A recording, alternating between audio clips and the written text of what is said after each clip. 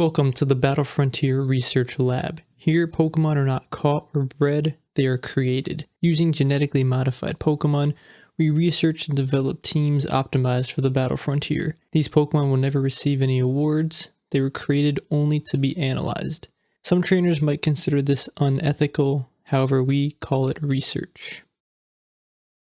Aggron is easily one of my top 5 favorite Pokemon. It is just so cool, and I just love it, so naturally I want to use it on a team to try and do well in the Battle Frontier to put this Pokemon to the ultimate test.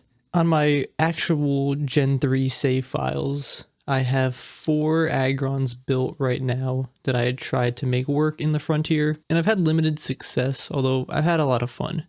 But I wanted to start this series off using one of my favorite Pokemon, which is also difficult to use in the Frontier, because I think it would just be a lot of fun to do, but also make for a great episode. Aggron is tough because it has 2 4x weaknesses, with that being fighting and ground. Earthquake is just such a common move in the Frontier that a lot of Pokemon run it, and a lot of Pokemon you wouldn't expect have it. Even with Aggron's high defense, it's still going to do a lot of damage. Aggron is also pretty slow too, so a lot of Pokemon are going to hit first. And with those 4x weaknesses, again, it's going to do a lot of damage. Aggron's special defense is also quite low, and with a water weakness, the move Surf, and just the amount of water Pokemon, and even really good water Pokemon in the Frontier, really give Aggron a tough time against a lot of different Pokemon. Despite Aggron's incredible weaknesses for the Frontier, I wanted to push Aggron to the limits in the BattleDome and try to see how far we can actually get. The purpose of testing Aggron in this sense is not to necessarily abuse or focus on Aggron, but I wanted to have Aggron on a team of 3 Pokemon that we take into the BattleDome and try and get as high of a streak as possible. So obviously the idea and build started with Aggron. I did already have some experience training Aggrons, again, like mentioned earlier. I had 2 normal Aggrons, so you're just using your normal moves like Earthquake, Rock Slide, Iron Tail, and Brick Break. Then I had 1 substitute or sub-focus Aggron, so you use Substitute and Focus Punch to try and do a lot of damage. Then I had another Aggron that focused on special attacking, which was not really the best, build at the time. Considering the Aggrons that I trained in the past, the Aggron that I selected for this run was going to be a choice band build with just some pretty standard moves that Aggron can learn. Aggron has just overall really high attack, so having a choice band and even some stab, rock slide, or iron tail gonna do a whole lot of damage. So I decided that we're gonna have a heavy hitting choice banded Aggron. The moves that I selected were Earthquake, Rock Slide, Iron Tail, and Aerial Ace. Rock Slide and Iron Tail quite common again because you have that rock and steel stab. Earthquake is just a very powerful move and it's quite common. And with the other Pokemon on the team I was kind of considering, I think we needed a ground move. The 4th slot gets a little tricky because there's a lot of other moves we can have.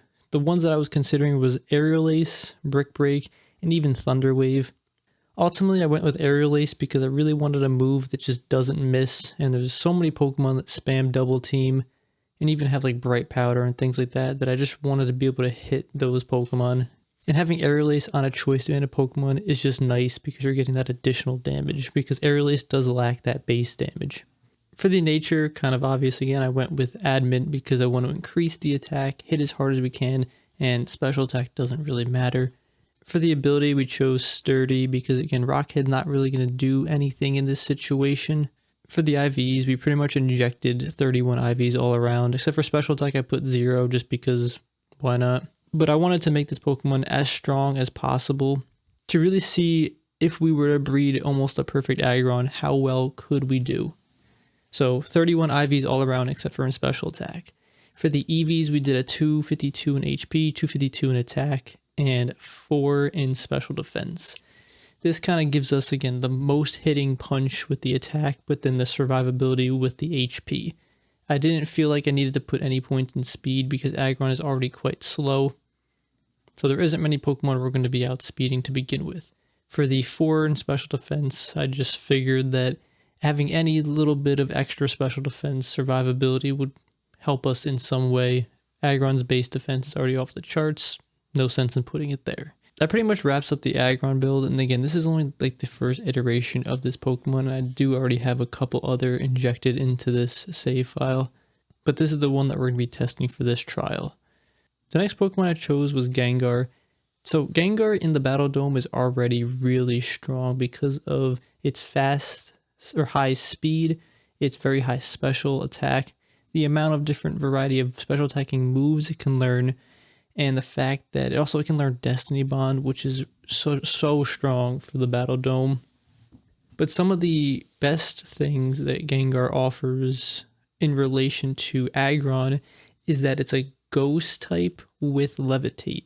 So again, Aggron is 4 times weak to fighting and ground moves. So Gengar gives us the immunities from both fighting and ground, which makes it a perfect switch in if we lead with Aggron and then are predicting Earthquake or some sort of fighting moves. It could essentially be a free switch in. Aggron also relies on physical attacking moves, so Gengar is going to give us the special side and a more wide variety of possible moves to hit different targets with. Since I love Aggron so much, I thought about different Pokemon that would fit a team with this on it for a long time, and Gengar was one at the top of the list. But also in the comment section on a lot of videos, people were highly recommending to put Gengar on a team with Aggron for a lot of these reasons. So this was even more like an incentive to put this Pokemon to the test on the team. For the moves, again, there's so many options we can pick, but considering that Aggron's already on the team and we are playing in the BattleDome, Destiny Bond was definitely a move that I wanted to have on this Pokemon.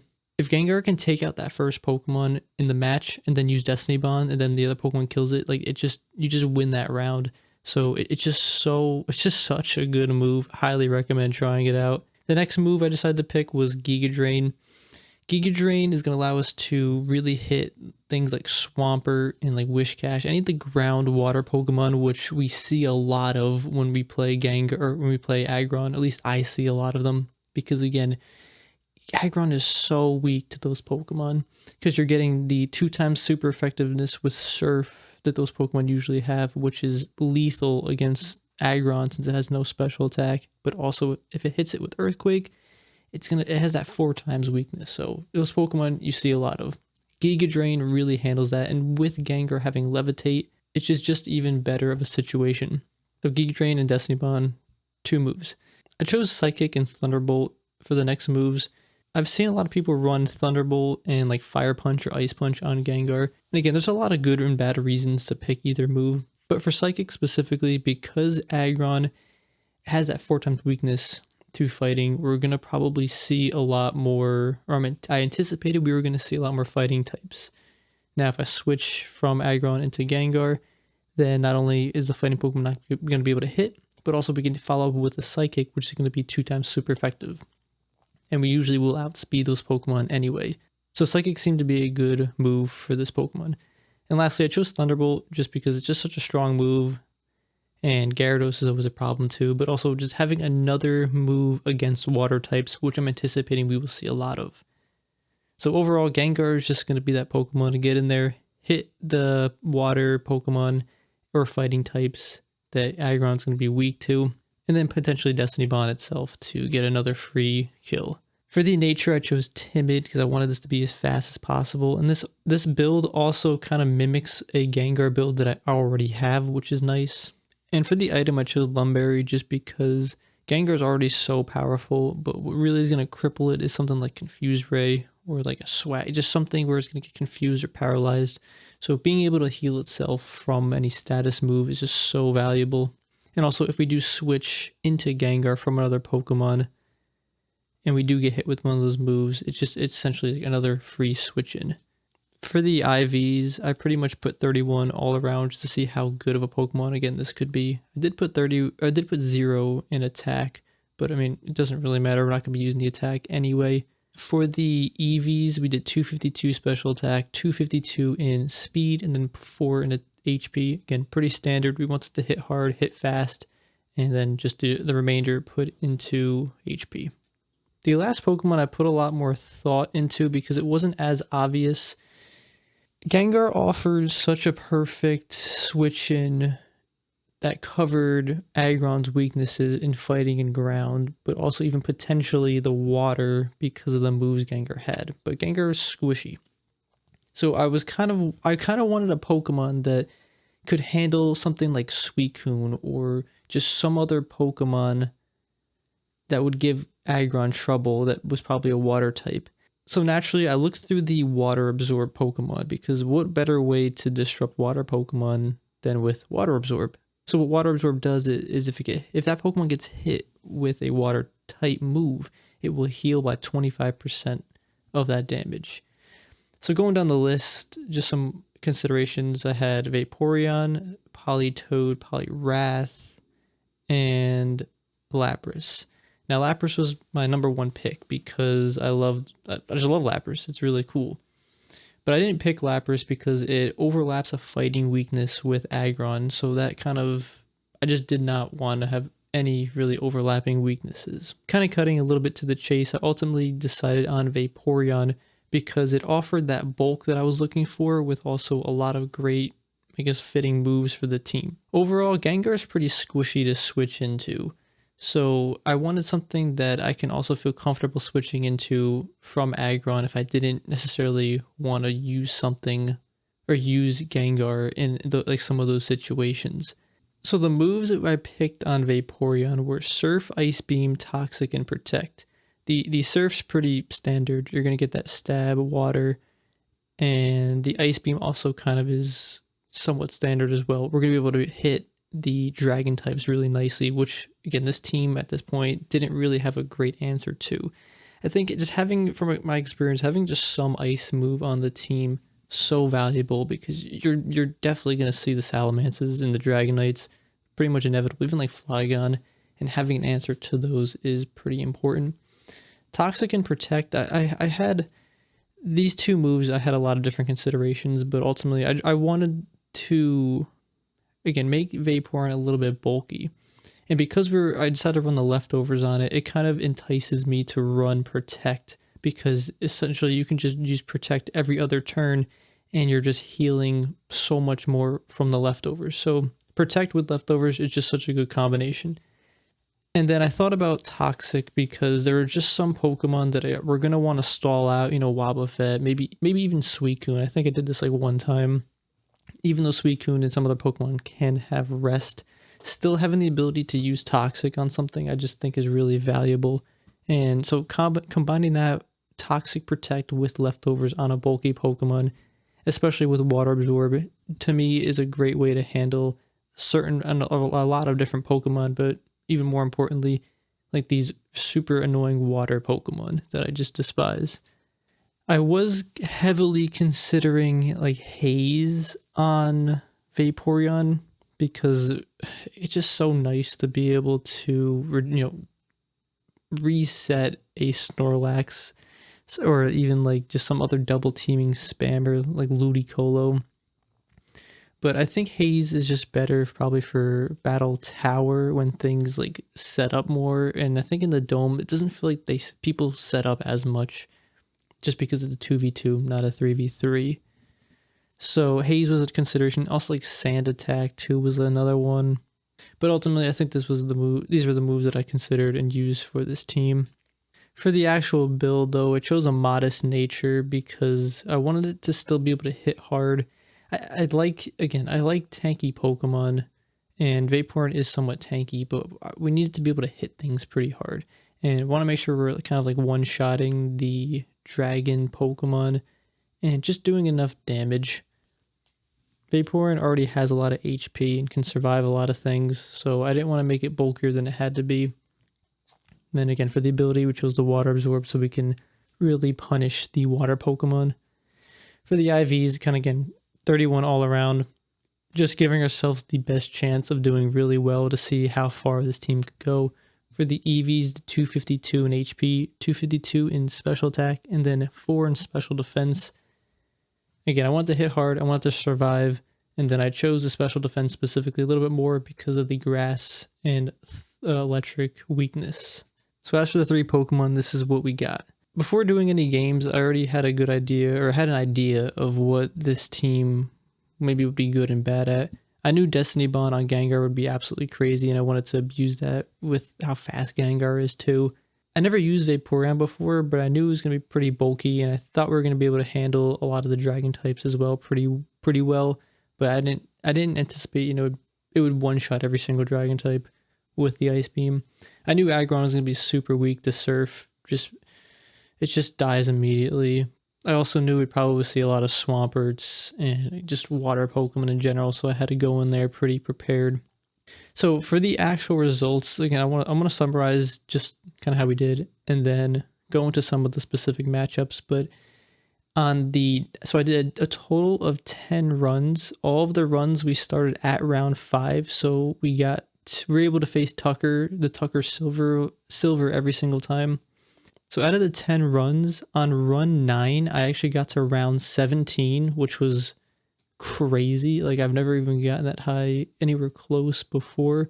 Now, I do understand that we are also using a Pokemon with like all 5-6 IVs, so I definitely got to take that into consideration. But still, that was really, I guess, exciting and rewarding to get to, especially because the team had Aggron, which is one of my favorite Pokemon on it. If I had to generalize the team itself, I would say that Gengar and Vaporeon did kind of carry Aggron in a lot of situations. But for when Aggron was useful, he was so strong. So even though Aggron wasn't as maybe strong in the sense, it still pulled its weight. But man, Gengar is just so good. And then Vaporeon was definitely exceeded my expectations on how good it was. Going into detail on some of the runs, so on the first run we did with this, I got to round 6. And I made a note that Gengar carries a lot with the Destiny Bond. However, we lost to a Mirror Coat. I don't remember what Pokemon it was, but the Mirror Coat was something that you'll see eventually is something that really punished my team. On the second run, we lost to Tucker, and I think this team overall does well against Tucker Silver because Gengar, yeah, pretty much all of our Pokemon can handle. The other ones that we get, Aggron cannot handle Swampert. But if I lead Aggron and he goes Swampert, I can just swap into Gengar, and for the most part, Tucker will go Earthquake, so we get a free switch in to Gengar. But Vaporeon can handle all these Pokemon because it can Toxic Swampert, it can Ice Beam Salamence, and it can Surf Charizard. But Gengar also is pretty good because it has the Thunderbolt and Giga Drain. Aggron's probably the weakest option here, but the Rock Slide could be pretty helpful against Charizard or Salamence. One thing I learned later on is just to go Vaporeon and just play it safe with Gengar as the second option and just leave Aggron out, at least for the Tucker Silver. But on that second run, we ended up losing because Gengar got critted. On the third run, we only got to round 5. This Medicham hit Dynamic Punch, I think 3 times in a row. This should only have a 50% accuracy, so I'm not really sure what happened. But yeah. On run 4, we got to round 9, which is actually the Tucker Gold. Well, actually, I guess it was 10, but we didn't quite get there. We ended up losing, though, to this Tucker match. But some things I noted was that Aerial Ace on Aggron was a really good pick because of all the double team spammers, and especially we were seeing a lot of grass types, a lot of Meganiums, and some Ludicolo. But you send out Aerial Ace, or you send out Aggron with Aerial Ace, and it just actually murks Ludicolo, which very satisfying to see Aggron, one of my favorite Pokemon, murk or absolutely destroy the Ludicolo, which is so annoying. But surfing Ludicolo that's one thing that I had to be cautious of. Surf Ludicolo one-shots Aggron pretty much every single time. So if it's a double teaming one, we can kill it. If it's not, it's something that Aggron doesn't want to be out for. Overall, I kind of made some mediocre decisions, and I think that's why we lost the gold. I don't think it was actually because of the team itself, but we ended up getting pretty far. On the 5th run, we got to round 5, so we didn't get very far at all. We ended up dying to a Slowking, which Slowking and Slowbro were our Pokemon that I noted to be pretty annoying because it has Surf, it has, I think, Psychic as well, but also I think it has Mirror Coat. So these are all moves that kind of hurt if we go Gengar or Aggron. But yeah, just gotta be careful with those. Run 6, we got to round 6. Surf Ludicolo, yeah, just destroyed my Aggron. And I think I just made some bad decisions with Gengar, and I might have misclicked once or twice. Run 7, we got to round 8, and we got overheated by a Moltres. I should have had Vaporeon in for this match, and I didn't, so that was a bad decision making. Run 8, we got to round 7, and this was like such an anime moment. I'll definitely put it up on the screen, but we got Sheer Cold on, or a Dugon, I'm pretty sure, put Sheer Cold on Gengar, and it killed it. And I was like, oh my gosh. And then we sent out Aggron, and it missed 2 rock slides in a row. And then it lives with 1 HP, and then we got really one shot at a shift free. So I don't know, that was such a cool match. But anyway, basically got Sheer Cold. Aggron misses 2 times, lives 1 HP, and then like he comes back and just destroys the other Pokemon. Again, I noted here that we lost with Slowking, with Surf and Psychic, and things like that and Mirror Coat are just problems for the team and something I gotta kind of play around. But a lot of Pokemon that have Mirror Coat are Pokemon I don't want to have Aggron out for. So maybe it's just something I gotta think about more and maybe use Toxic. That's why Vaporeon was really good on the team. Then on run 9, we got the 17. That was crazy. We got past the gold. I basically versed Tucker Silver again. But yeah, I don't know. That was so cool. I didn't anticipate on getting that far. So that's what, 17 times like 4 matches. That's a lot of battles. But yeah, I made some notes here that I feel like Vaporeon and Gengar pretty much carried the team, and Aggron was more of like a supporting role. When I reviewed the opponents or the Pokemon the opponents had, a lot of situations, a lot of times I didn't really want to put Aggron in those battles because there's just too many weaknesses and it felt too risky. But a lot of times, or the times when Aggron felt good, it obviously exceeded because some Pokemon just can't hit Aggron.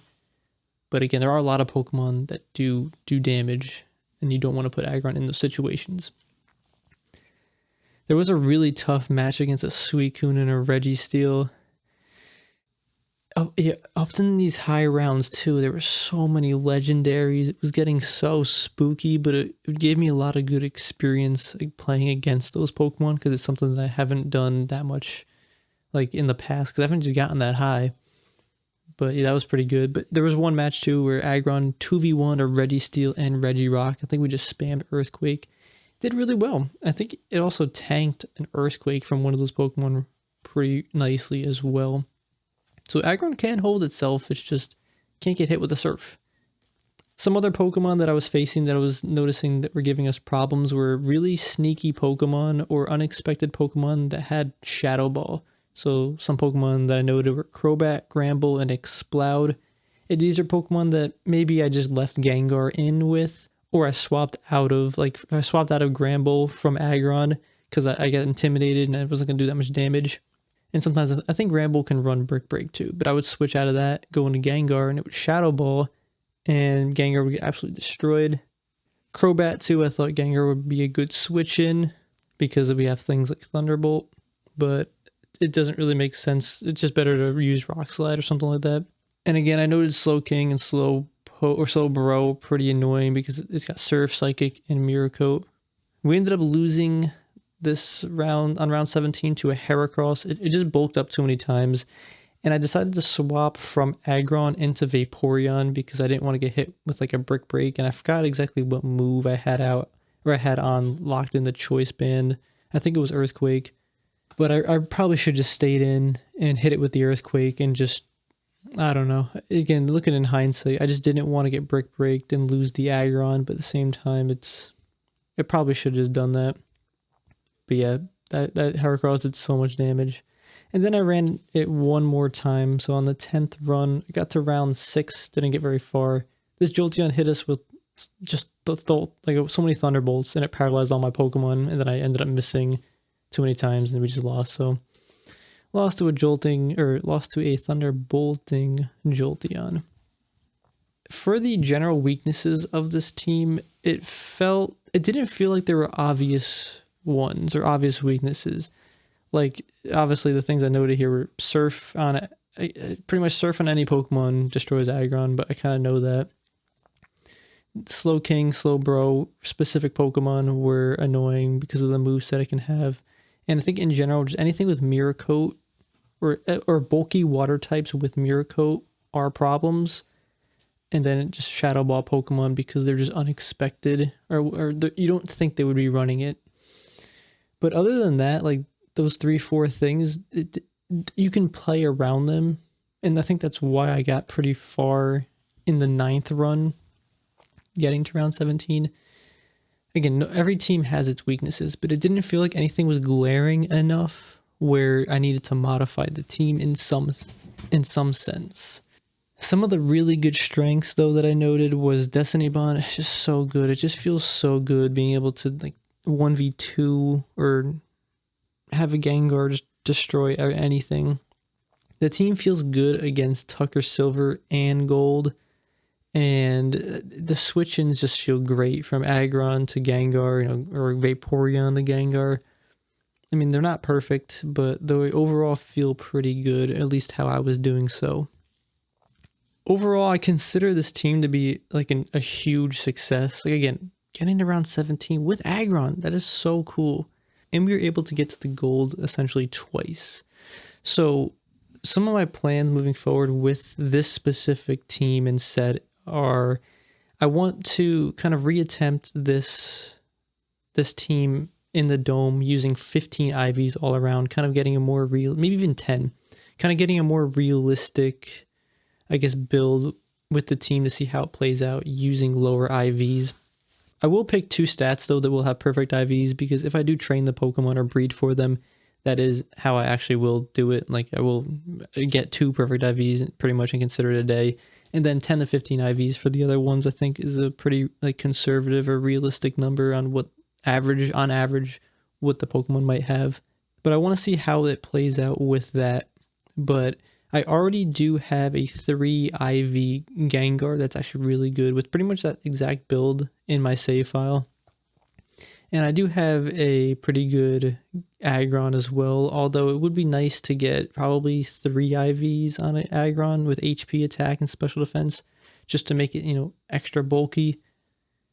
But the one Pokemon that I still need to train is Vaporeon, and I guess considering this whole run and maybe how it plays out with the lower IVs, I do plan on breeding for this Eevee and Vaporeon, and I actually have already started this, because before I even decided on making or attempting it through this channel or this idea, I already considered Vaporeon to be a pretty good option for an Aggron team in the dome. So I did already start doing that, but I didn't get very far. But this kind of gives me even more maybe encouragement to, I guess, proceed with that Vaporeon build, or I guess more like confidence in the build on the team. I guess one thing too I really want to do is get a shiny Aggron, and yeah, if we get a shiny Aggron, again, it's going to be a lot weaker than the one that we use on this team. But for the most part, if we use similar moves and with Gengar and Vaporeon on the team with their builds, I think we can have a lot of fun in the dome on my actual save file and get far with that shiny. So I still would like to get that shiny Aggron or Aggron, but I haven't gotten too far in those resets just yet. I plan on doing some live streams on this channel and maybe some more testing with this team, so definitely stay tuned for some of that. But I probably will put up the full replay of me going from round 4, or the end of round 4, to the end of round 17, or I guess 18, where we lost on this channel, because I think it'd be kind of cool just to keep that and store that, as it's like, see how far Aggron got in the frontier. Again, even though these Pokemon are hacked into the game and they're modified beyond belief and they're pretty much the strongest versions of themselves, it's still kind of cool to see how far they can go if one were to train them and kind of theory craft the team behind them, and also use the team so the pilot or decision maker can make the best decisions for the team itself. For the BattleDome, a team using Aggron, Vaporeon, and Gengar, to me at least, proved to be quite successful, but also a lot of fun. There's going to be a lot more teams and discussions coming in the future, so stay tuned for that. I hope everyone enjoyed this analysis on this team with Aggron. Definitely we'll have more teams coming in the future with Aggron because the Pokemon's so cool, but there's so many other Pokemon and teams to explore for the whole Battle Frontier and the other facilities. Definitely stay tuned and check out some other videos on the channel. Take care, everybody.